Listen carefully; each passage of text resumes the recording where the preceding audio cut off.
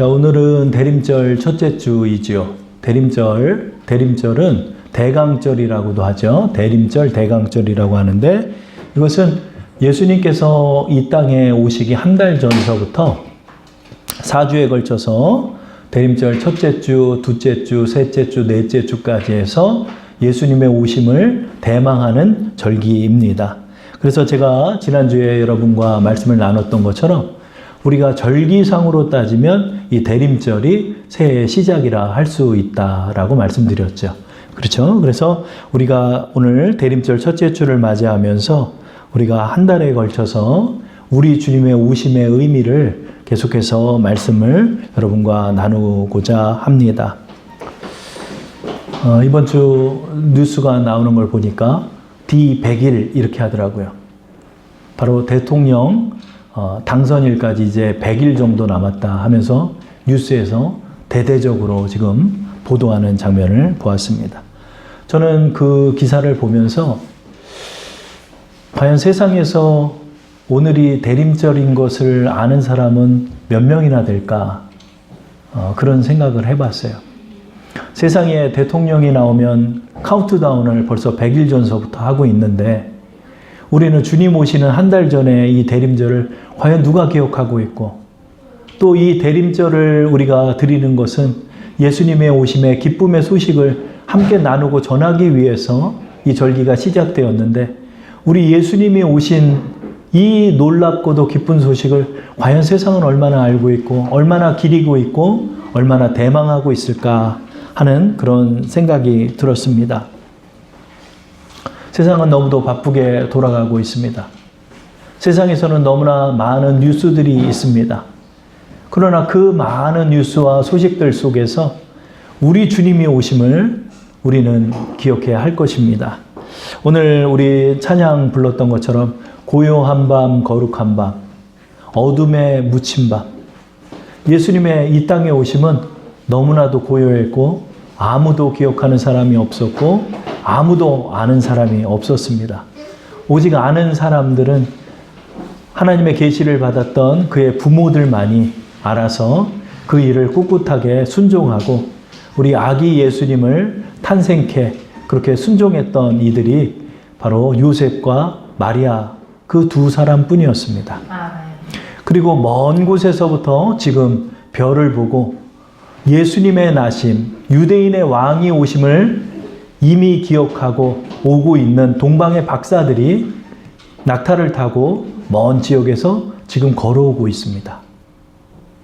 그러나 정작 예수님이 태어난 이 유대 땅에서는 어떤 일들이 벌어지고 있었을까요? 예수님의 오심의 이 놀라운 소식은 수백 년 전서부터 더 넓게는 창세 전서부터 예비되었던 그 모든 사건인데 세상의 모든 사람들은 아무도 이 사실을 기억하고 있지 않다는 것이죠. 우리는 이 사실을 좀 기억하면서 나가야 할 것 같습니다. 그래서 2022년 이 표를 한번 삼아 봤는데요. 우리 2022년의 이 표를 한번 합독해서 읽어볼게요. 우리 표입니다. 다 함께 읽도록 하겠습니다. 항상 기도하고 깨어있으라. 우리 이 말씀이 바로 2022년의 우리의 표의 말씀입니다. 우리 항상 기도하고 깨어있어야 기쁨의 소식이 들리는 것입니다. 아멘. 예수님의 오심을 우리는 대망하고 기다리는 자들입니다. 아멘. 예수님의 오심을 우리는 바라보는 영적인 하나님의 자녀들인 것입니다. 아멘. 그러기에 세상의 일에만 취해서 살아 세상의 일에만 먹고 마시고 취하고 또 죄악을 향해 치달아가는 그 모든 길들에서 벗어나서 우리에게 울려 퍼지는 성령의 소리, 천군 천사의 소리를 듣고 나가야 하는 것입니다. 그러기 위해서 항상 기도하며 깨어있는 성도들이 되어야 하는 것입니다. 하늘에서 놀라운 소식이 천군 천사로부터 울려 퍼졌습니다. 그것이 누가복음 2장 13절 14절입니다. 호련히 수많은 천군이 그 천사와 함께 하나님을 찬송하여 이르되 지극히 높은 곳에서는 하나님께 영광이요 땅에서는 하나님의 기뻐하시는 사람들 중에 평화로다. 아멘. 지금도 천군 천사들은 하나님의 성호를 찬양하고 있습니다. 그러나 이 소리를 듣는 이들은 별로 없지요. 우리가 항상 기도하고 깨어 있을 때 이 소리가 들리는 것입니다. 육에 취해 살아가고 있을 때는 아무것도 보이지가 않아요. 세상이 다 있냐? 세상에서 좀 더 벌고, 세상에서 좀 더 갖고, 세상에서 좀 더 높은 자리에 오고, 세상에서 더 부유하고 윤택한 삶을 살고자 사람들은 세상에 취해 살아가고 있는 것입니다. 그러기에 이 소리가 들리지가 않는 거예요. 그러나 하늘에서는 지금도 수많은 천군이 또 천사들이 하나님을 찬양하고 우리 주님의 오심을 기뻐하며 찬송하고 있는 것입니다. 우리는 이 소리를 들어야 합니다. 예수님께서 이제 온 세상의 권세와 권위를 갖고 계신 그 능력의 하나님께서 이 땅에 육신의 몸을 입고 오시는 것입니다. 근데 예수님의 이 땅에 오심은 전설이 아닙니다.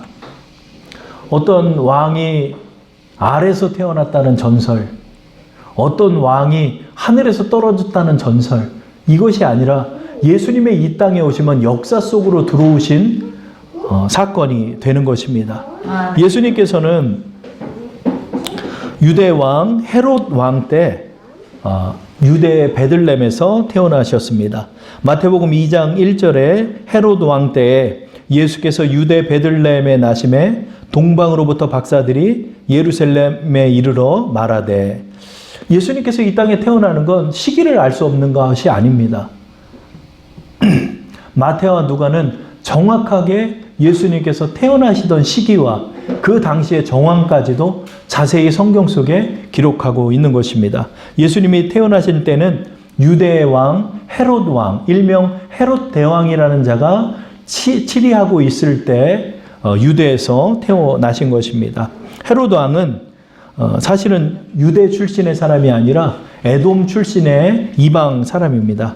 그럼에도 교활하고 정치적인 능력이 뛰어났기 때문에 이 사람은 친로마 정책을 펼쳐서 로마로부터 왕권을 부여받고 헤롯 대왕이라는 칭호를 받으면서 유대에서 한 70여 년간 그렇게 생존하며 이 유대의 땅을 다스렸던 사람입니다. 그는 주전 73년경서부터 주전 4년까지 생존하고 있었습니다.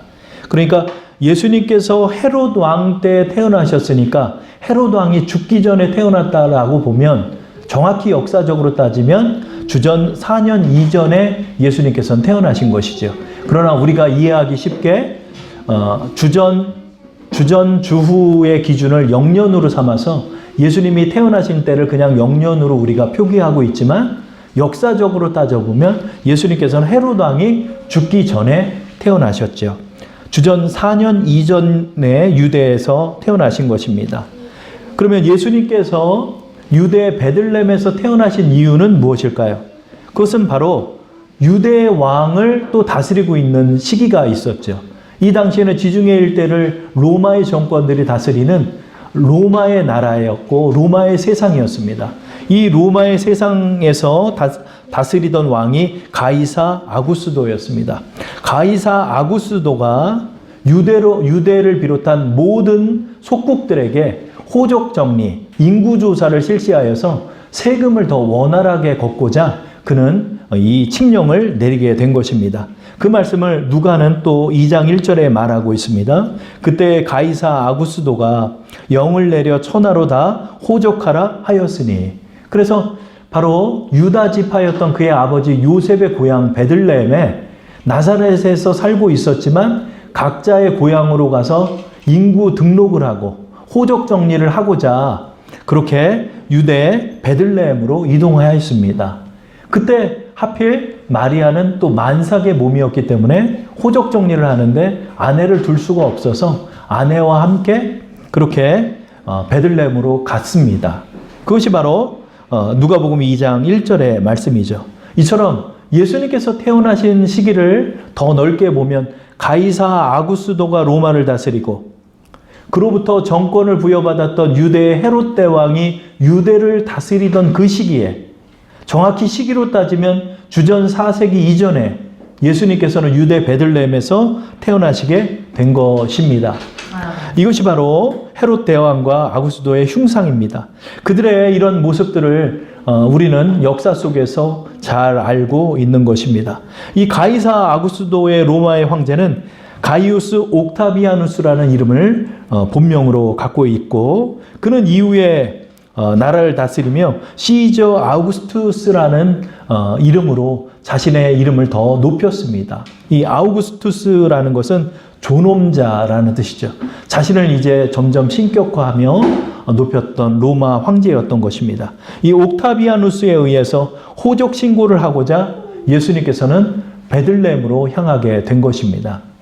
그런데 그때 마리아가 산딸이 차서 이제 진통이 오기 시작했고, 그래서 부랴부랴 그의 아버지가 방을 얻어야 하는데 모든 지역으로 사람들이 몰리던 시기였기 때문에 여관방이 없었던 것입니다. 그래서 예수님께서는 이 여관방이라고 하지만은 사실은 여관방이 아니라 그냥 일반 집과 같은 곳이고, 유대에서는 보통 그 밑에를 마구간으로 쓰고 복층 구조로 해서 위에서 또 집으로 쓰는 경우가 많아서 그 아래에서 마구간에서 방을 얻지 못한 채 예수님이 태어나게 된 것입니다. 그러나 예수님께서 이 땅에 태어나심이 이렇게 하필 호적 신고를 하다가 하필 그때 산딸이 찼기 때문에 예수님이 태어난 것이 아닙니다. 이 사실은 이미 예수님께서 이 땅에 오시기 700여 년 전에 미가 선지자에 의해 예언된 사실이었습니다. 미가서 5장 2절의 말씀을 한번 우리 합독해 보겠습니다. 베들레헴 에브라다야, 너는 유다 족속 중에 작을지라도 이스라엘을 다스릴 자가 내게서 내게로 나올 것이라. 그의 근본은 상고의 영원에 있느니라. 아멘. 베들레헴 에브라다야, 너는 고을이 작을지라도 결코 작지 않다. 왜냐하면 너로부터 이스라엘을 다스릴 자가 내게서 나올 것이다 라고 미가 선지자는 예언하고 있는 것입니다. 근데 미가 선지자는 언제 미가서를 집필하였을까요? 주전 700여 년 그 이전에 그는 이것을 기록하였던 것입니다. 그러므로 예수님께서 이 땅에 오심은 철저한 하나님의 계획 속에서 역사 속에 들어오셨지만 그 역사도 하나님은 이미 태초서부터 모든 것을 다 보고 계셨던 것입니다. 예수님께서는 베들레헴에서 이렇게 태어나신 것입니다. 기쁜 소식이 천군 천사에 의해 전해지고 하나님의 계시의 말씀에 의해서 예수님께서는 베들레헴에서 태어나셨음에도 불구하고 세상은 아무도 이 사실을 몰랐습니다. 근데 아이러니하게 동방의 박사들이 몇 명인지 되는지는 모르지만 그들이 놀라운 별을 발견하고 왕의 별을 발견해서 그 별을 따라서 유대까지 들어오게 된 것입니다. 그들이 헤롯 왕을 찾아갔습니다. 마태복음 2장 2절에 그들이 물어봅니다. 유대인의 왕으로 나신 이가 어디 계시냐? 우리가 동방에서 그의 별을 보고 그에게 경배하러 왔노라 하니. 유대 헤롯 대왕에게 동방의 박사들이라고 표현하지만 그들은 사실은 점성술사로 보고 있습니다. 별을 연구하는 사람들이었습니다. 그런데 한 번도 보지 못했던 왕의 별이 나타나서 그 별을 쫓아온 결과 유대까지 그 별이 그들을 안내한 것입니다. 헤롯 왕은 이 사실을 듣고 너무나 놀랐습니다. 이제 헤롯 왕의 나이는 거의 70세가 되었고 주전 4년경이 돼가기 때문에 그는 주전 4년경에 죽기 때문에 그 나이대가 돼가고 있는 것입니다. 근데 헤롯 대왕은 자신의 정권에 집착한 나머지 이 말년에 히스테리 증세를 일으키기 시작했다라고 합니다. 고대사에 의하면 그는 망상에 빠져서 자신의 왕권을 자신의 자식들이 탐한다라는 망상에 빠져서 아내와 자식 둘을 살해하기까지 하였던 인물이 이 헤롯 왕입니다. 그런데 이런 사람에게 동방의 박사들이 찾아와서 유대인의 왕이 어디 있냐고 그러니까 이 사람은 더 놀라 쓰러졌던 것입니다. 내 왕권을 노리는 자가 태어난다라고 그는 생각했던 것이죠. 그래서 동방의 박사들에게 말합니다. 나도 이 왕을 경배하기를 원하니까 당신들이 먼저 가서 경배하고 그 왕이 있는 곳을 나에게 가르쳐 주시오. 이렇게 말을 하고 기다리고 군사를 준비하고 있었습니다. 동방의 박사들은 그 별을 따라갔더니 한 마구간 위에 그 별이 멈춰서 그 마구간 안으로 들어갔더니 강보에 쌓인 아기가 태어나 있는 것입니다. 그들은 그와 함께 그 예수 그리스도께 경배하고 그날 저녁에 꿈을 꿨습니다. 그날 저녁에 꿈에 유대의 왕 헤로데에게 찾아가지 말고 다른 길로 돌아가라라는 명령을 받고 그들은 다른 지역으로 돌아갔습니다. 헤로드 왕은 며칠을 기다려도 동방의 박사들이 오지 않자 자신들이 자기가 속았다라고 생각하고 그는 2세 이하의 아이들, 유대 지방에 있는 2살 이하의 영유아들을 모두 살해하라는 이 엄청난 잔악한 일을 벌이고 말았습니다. 마태복음 2장 16절에 나왔죠. 제가 읽어보겠습니다. 이에 헤롯이 박사들에게 속은 줄 알고 심히 노하여 사람을 보내어 베들레헴과 그 모든 지경 안에 있는 사내 아이를 박사들에게 자세히 알아본 그때를 기준하여 2살부터 그 아래로 다 죽이니 그가 다 죽였습니다. 학자들에 의하면 이때 살해된 영유아를 14,000명 정도로 보고 있습니다. 14,000명의 이 해맑고 이 아름다운 아이들을 그는 자신의 정권을 위해 모두 살해한 것입니다. 그러나 하나님께서는 이때도 알고 있었기 때문에 미리 요셉의 꿈에 그의 천사를 보내서 피신하여 이집트로 내려가라라는 명령을 하였습니다. 그래서 요셉은 그 가족들을 데리고 몸도 풀지 못한 마리아를 이끌고 그 수천 킬로에 달하는 이집트까지 내려가서 그곳에서 헤로드 왕이 죽기를 기다렸습니다. 근데 얼마 안 있어서 헤로드 왕은 죽었지요. 그게 바로 주전 4년경에 죽었을 것입니다. 그런데 이 헤로드 왕 다음으로 바로 헤롯 아켈라오가 유대를 물려받아 다스리게 되었습니다. 물론 세 아들이 함께 이 갈릴리 일대, 유대 일대를 다스렸지만 이 유대와 사마리아 일대는 이 아켈라오라는 아들이 물려받아서 다스리고 있었습니다. 근데 소문에 의하면 이 아켈라오도 너무나 잔악한 사람이라서 수천 명 죽이는 걸 우습게 여기는 사람입니다. 그러니까 다시 이 아들이 있을 때 유대로 올라가는 걸 두려워하여 하나님 앞에 기도했죠.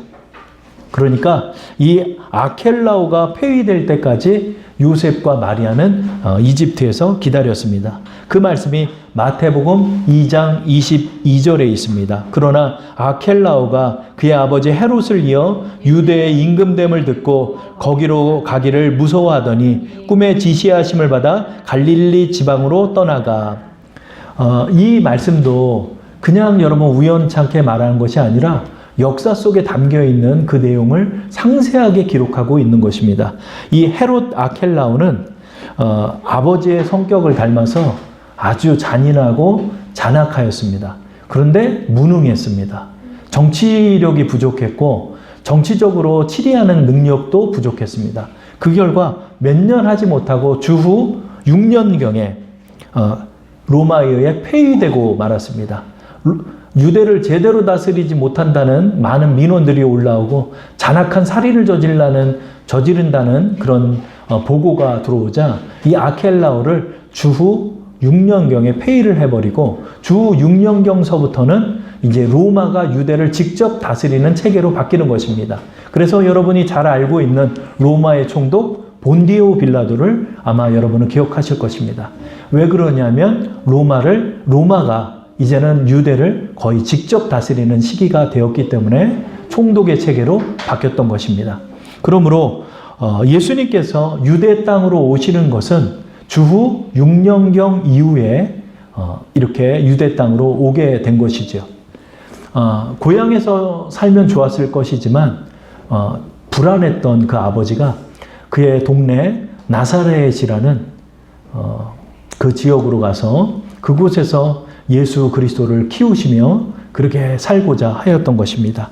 그래서 예수님은 나사렛 사람이라는 칭호를 받게 된 것입니다. 마태복음 2장 23절에 말씀하고 있죠.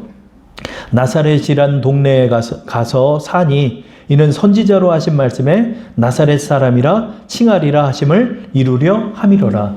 예수님께서 나사렛의 사람이라는 것 또한 예언되어 있다라고 마태는 말씀하고 있죠. 그래서 예수님은 나사렛 사람으로 이제 지내면서 공생애가 시작되는 30년까지 이 나사렛 동네에서 일을 하며 그렇게 지내신 것입니다. 근데 예수님께서 이 나사렛 동네로 오신 것을 생각해 보면 더 놀라운 거예요. 예수님께서 유대인의 왕으로 이 땅에 오셨기 때문에 사실은 좀 상징적인 의미로 예루살렘에서 자라나셨어야죠. 왕권을 이루면서 살아나셨어야죠. 그러나 예수님은 나사렛을 선택하셔서 그곳으로 이사 가시고 자라나신 것입니다. 근데 이 나사렛은 어떤 동네인가요? 이 나사렛은 예루살렘으로부터 북쪽으로 90km나 떨어져 있는 갈릴리 인근 지역의 지역입니다. 근데 이 지역은 산으로 다 둘러싸여 있기 때문에 왕래가 불편한 지역으로 고립된 지역이었습니다. 그럼 이 안에서 좀 농사를 지면서 살면 또 좋을 것을 또 땅은 모래 땅으로 돼 있어서 이 산지의 땅이 되지 못하고 척박한 땅이 되고 마는 것입니다.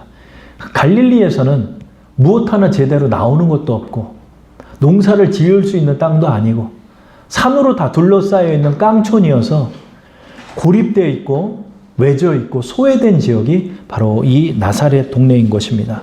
예수님께서는 이 나사렛에서 난리를 뛰시면서 석수로서 목수로서의 일을 나이 30대까지 하신 것입니다. 그러면 이것은 너무나 놀라운 사실입니다. 하나님의 아들이 하나님께서 육신의 몸을 입었는데 버려진 이 땅에서 그것도 30년이나 우리와 똑같은 일을 하시고 우리의 아픔을 똑같이 같이 겪으시고 우리의 가난을 같이 겪으시고 우리의 고통을 다 보셨고 친히 겪으셨고 그 이후로 요셉의 기록이 없는 걸로 봐서 유아기 때나 6살 이후로 요셉은 사망한 것으로 보이는 것입니다. 예수님께서 그 집안의 맞이였기 때문에 소년 가장으로서의 역할을 아마 청소년기에 하셨던 것으로 보이는 것입니다. 예수님께서는 많은 질고를 담당하셨고 많은 땀을 흘리셨고 또 그 동네 사람들과 함께 눈물을 흘리셨고 함께 하셨습니다. 이것이 바로 우리 주 예수 그리스도이신 것입니다. 그러나 이 사실을 아무도 모른 채 예수님은 조용히 주후 30년 때까지 사생애의 기간을 나사렛에서 보내신 것입니다. 나사렛이 얼마나 희망이 없는 곳이냐면 나사렛 출신이라고 하면 사람들이 조롱하고 비웃는 지역의 출신이었던 것입니다. 전설에 의하면 이 나사렛 지역에는 반로마 정책을 폈던 이들이 그 인근 지역으로 숨어 들어갈 정도로 그런 것이었습니다. 예전에 그 민주화를 했던 사람들이 강원도나 탄광 지역으로 숨어 들어갔던 것처럼 이 갈릴리 지역이 바로 그런 지역이었던 것입니다. 얼마나 천대받는 지역이었냐면 요한복음 1장 45절 46절에 이 나다나엘이 이렇게 말하죠. 빌립이 나다나엘을 찾아 이르되 모세가 율법에 기록하였고 여러 선지자가 기록한 그 일을 우리가 만났으니 요셉의 아들 나사렛 예수니라. 나다나엘이 이르되 나사렛에서 무슨 선한 것이 날 수 있느냐. 빌립이 이르되 와서 보라 하니라. 아멘. 나사렛 출신이라는 것 자체가 이미 메시아로 인정 못 받을 만큼의 지역이에요. 그래서 사람들은 이 나사렛이라는 지역은 조롱거리로 삼았습니다.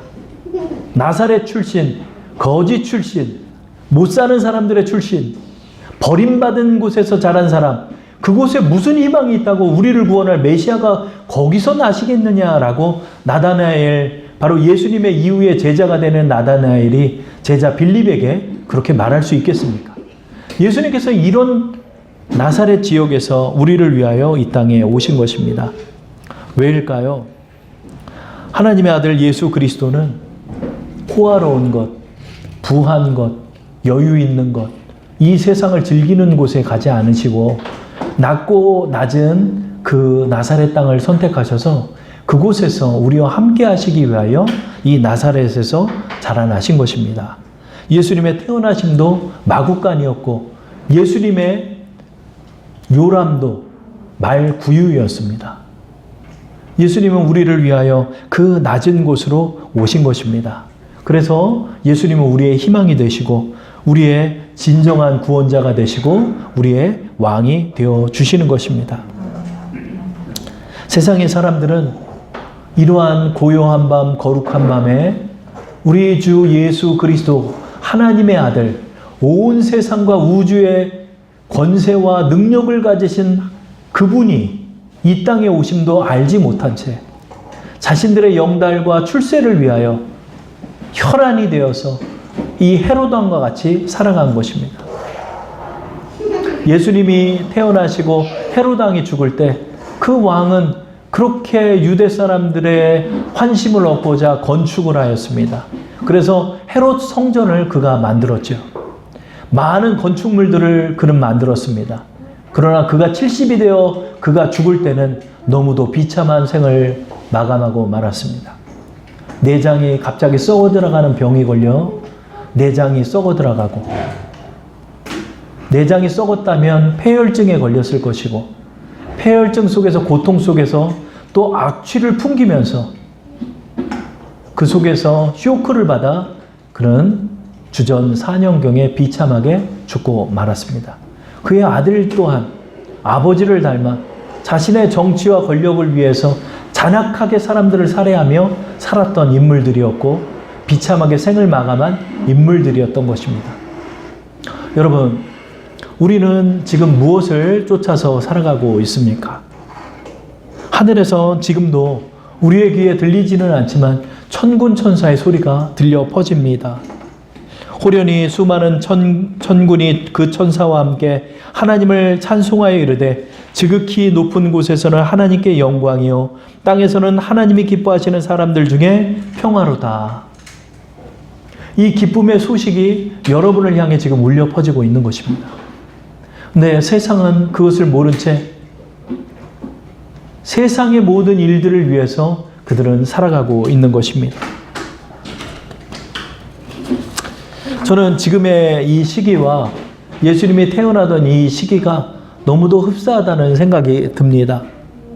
사람들의 환심을 얻으려고 마사다 요새를 건축하고 헤롯 성전을 건축하고 또 많은 건축물들을 만들고 친로마 정책을 펼치며 로마에 아부하며 또 자신의 사람들로 이 헤롯 당을 만들어서 이 헤롯 대왕 때 헤롯 당이 또 유래가 된 것입니다. 자신의 정치 세력을 만들어 나가려 했던 헤롯 대왕. 예수님의 소식을 도리어 자신의 정치를 침해하는 사건으로 보고 영유아 1만 4천 명을 살해했던 사람 헤롯. 자신의 정치 권력을 위해서 쫓아다니던 사람 헤롯. 그리고 그의 아들들. 그를 추종하는 헤롯 당들. 많은 사람들. 그러나 이 많은 사람들 속에 예수님께서 홀로 태어나신 것입니다. 여러분 무엇을 쫓고 계십니까? 여러분 무슨 소식을 듣고 계십니까? 물론 정치도 필요하고 권세도 필요합니다. 그러나 우리는 기쁨의 소식을 들어야 합니다. 아멘. 누가복음 2장 8절에서 11절에 너희에게 이 소식을 들어야 한다라고 우리에게 이 소식을 들어야 한다라고 하나님께서는 지금도 우리에게 말씀하고 있는 것입니다. 우리 누가복음 2장 8절부터 11절을 한번 같이 합독해 보겠습니다. 그 지역의 목자들이 밤에 밖에서 자기 양떼를 지키더니 주의 사자가 곁에 서고 주의 영광이 그들을 두루 비추매 크게 무서워하는지라. 천사가 이르되 무서워하지 말라. 보라 내가 온 백성에게 미칠 큰 기쁨의 좋은 소식을 너희에게 전하노라. 오늘 다윗의 동네에 너희를 위하여 구주가 나셨으니 곧 그리스도 주시니라. 아멘. 예수님께서 여러분을 위해 이 땅에 오신 것입니다. 이 기쁨의 소식을 하나님께서 우리에게 전하여 주시는 것입니다. 우리는 육의 사람들이지만 영의 사람들이 되었던 것입니다. 우리는 영의 사람들로서 이 기쁨의 소식들을 안고 살아가는 것입니다. 우리 2022년의 피오처럼 그러기에 우리는 항상 기도하고 깨어있어 영의 소리를 듣는 사람들이 되어야 하는 것입니다. 여러분, 이 세상의 물질과 모든 것들도 다 필요하지만 우리의 마음과 우리의 귀는 하나님의 음성을 듣는 사람들로서의 삶을 살아가야 하는 것입니다.